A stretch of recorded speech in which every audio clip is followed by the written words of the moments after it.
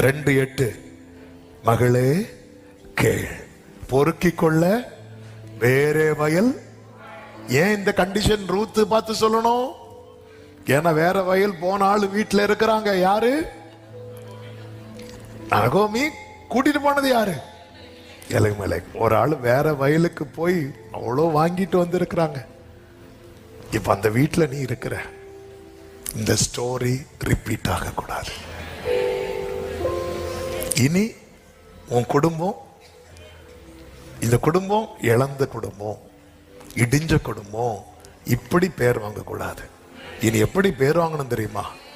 லேயாள் ராகேலை போல இஸ்ரவேல் வீட்டை கட்டு.